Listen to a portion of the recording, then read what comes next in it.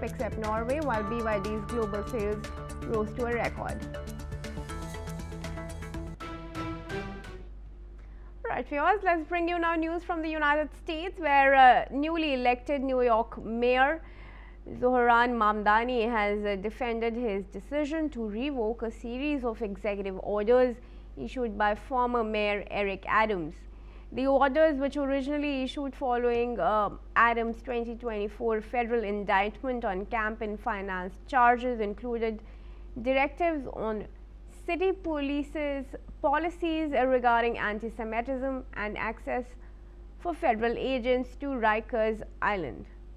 Mamdani said his administration will continue funding measures to prevent hate crimes and ensure protections for all New Yorkers. While some groups have expressed support, others have raised concerns over the policy changes. The revocations mark a shift from Adams' approach and have sparked national and international attention as the city evaluates its executive policies under the new administration. Alright, I now welcome Shruti Das Gupta, International Affairs expert from New Delhi, in this discussion. Thank you, Shruti, for joining me this morning. Shruti, do talk to me about some of his policies. He's spoken about measures on economy, on housing and finance. Education is one of his big policies. We saw the new appointment recently that he made. But talk to us about this particular, instance that's coming out as far as him reversing the orders of his predecessor on charges of corruption as far as campaigning goes. So greetings to you, Preeti. Very happy New Year to you and your viewers. What I'd like to say right now is, as I said yesterday, he is trying to present his revocation of orders as a form of justice, because he has rescinded orders that were passed after former Mayor Adams was indicted. And of course, former Mayor Adams is now does not have any more charges on them. All the charges were dropped, so he's been found innocent. Now, if that definition goes, then those orders that were passed were not illegal. They were not politically charged. They were just a man doing his job. So now, his statement that this is a call for justice, this is how New Yorkers looked at Adams and his orders, and so I am revoking them, stands on shaky ground, because Adams is no longer guilty of those charges of corruption or, allowing Turkey and others to pay for his expenses, luxury trips, etc.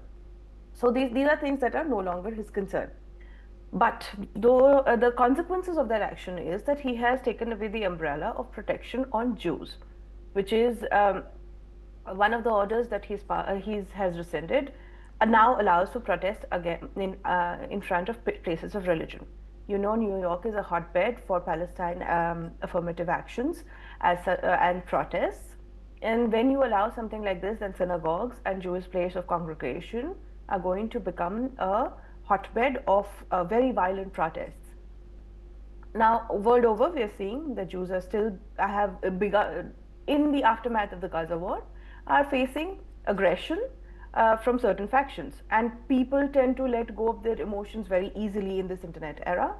And that particular protection, by talking about the IHRA, etc., is going to end up putting a lot of that community under under a bullseye as such, because it does not now it allows Jews in campuses, etc., to be targeted in the name of Palestine and Gaza, and there's no protection umbrella. So one of that is that. Of course, there are some useless orders also he passed, like the horse carriage orders that Adams passed, and that is taken away.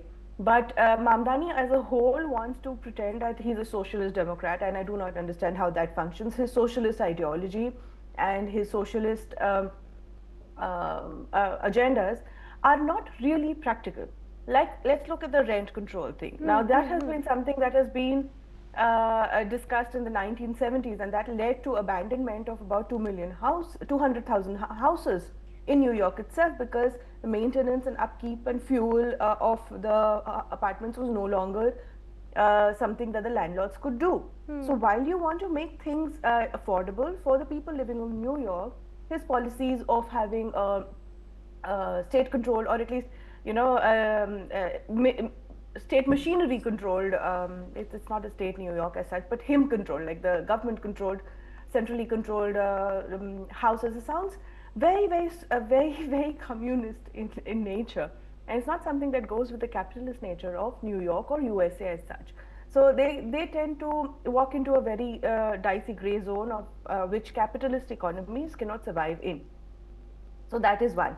His rent control led to earlier rent control laws led to abandonment of houses. So, and his ideas of taxing the rich, taxing the corporates to provide for free bus fares and all the other things is something that is scaring a lot of people. And you might find industries moving away, or at least big corporate offices moving away from his zone of influence.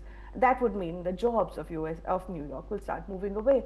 So these are things that he needs to sit down and talk about and understand that what his idea of socialism is not something that is practical.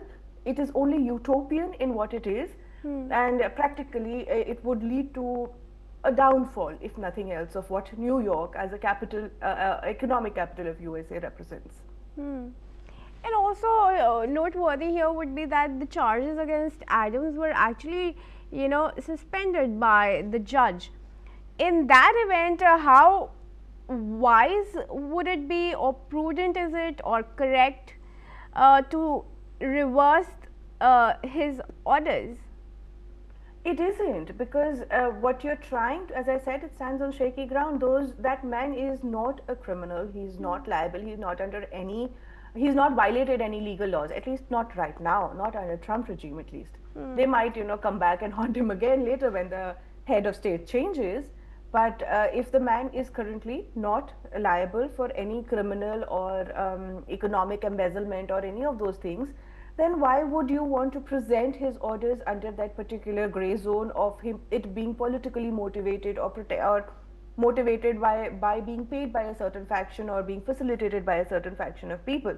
In the what he has done is the IHRA, that is the which allows for which asks the 34 countries to talk about the Holocaust as in the education format as such. Allows for people to gain sensitivity to the marginalization, persecution of the Jewish community for a long time period, specifically during the Second World War. Now, the American Islamic Council as such has always objected to IHRA, and that when he revokes it, he plays right into his Muslim Islamic card, and that particular vote bank as well, taps into it very nicely. So while there are other things that are being talked about, this is the one that is causing him a major burn.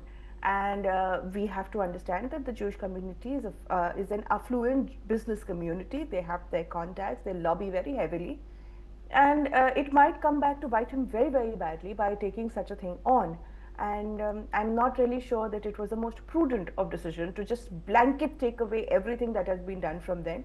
He could have chosen the more nonsensical ones, like the horse carriage one and the others that could take away. He's also allowed the